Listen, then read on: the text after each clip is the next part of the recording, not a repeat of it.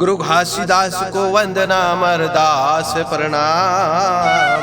बालक दास सुमरो गुरु सिद्ध करो सब काम। गुरु घासीदास बाबा की जय, गिरौदपुरी धाम की जय।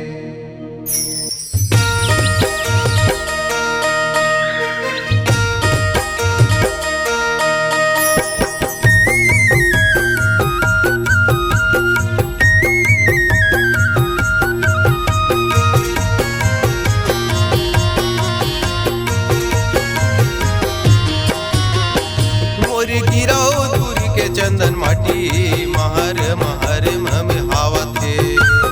गिरौदपुरी के चंदन माटी महर महर में हावा थे।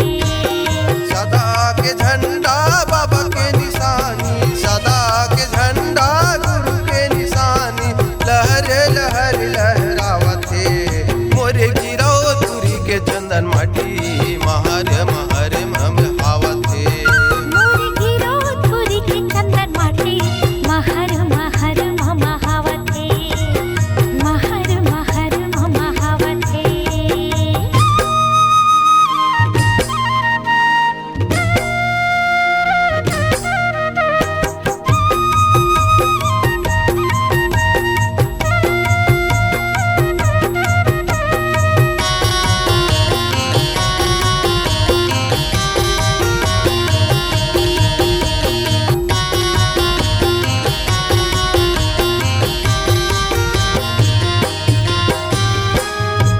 पहाड़ में बाबा धुनी रमाए रे, धुनी रमाए रे। धुनी मत है बाबा तल्ला तपाई रे, तल्ला तपाई रे। छाता पहाड़ में बाबा धुनी रमाए रे, धुनी रमाए रे। धुनी मत है बाबा तल्ला तपाई रे, तल्ला तपाई रे। धुनी रमाए रे, धुनी रमाए रे। तल्ला तपाई रे, तल्ला तपाई रे। मोर गिरौदपुरी के चंदन माटी महर महर में हावा थे।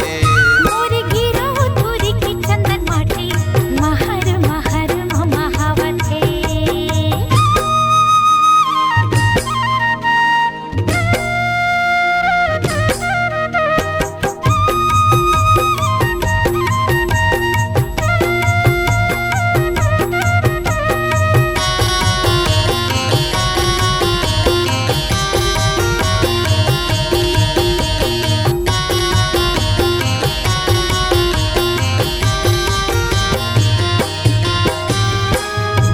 नंदी में बाबा चरण पखारे रे, चरण पखारे रे। खटे खटे हंसल बाबा तैहा उबारी रे, तैहा उबारी रे। जोग नदी में बाबा चरण पखारे रे, चरण पखारे रे।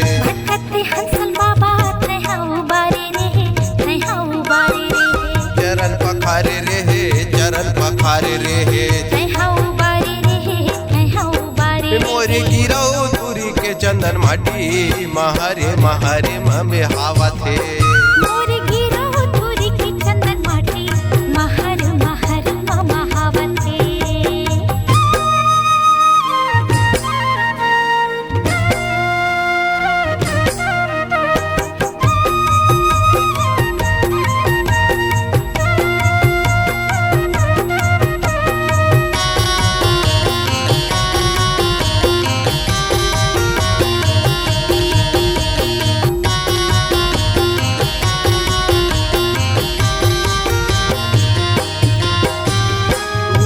के भेदला बाबा हम मिटाए है, बाबा हम मिटाए है। मन खे एक समान बताए, एक समान बताए। ये ऊंच नीच के भेदला बाबा हम मिटाए है, बाबा हम मिटाए है। मन खे एक समान बताए, एक समान बताए। बाबा हम मिटाए है, बाबा हम मिटाए है। एक समान बताए, एक समान बताए। मोरे गिरौदपुरी के चंदन माटी महरे महरे में हावा थे। मोर गिरौदपुरी के चंदन माटी महर महर में हावा थे। सदा के झंडा बाबा के निशानी, सदा के झंडा गुरु के निशानी, लहर लहर लहरावा थे।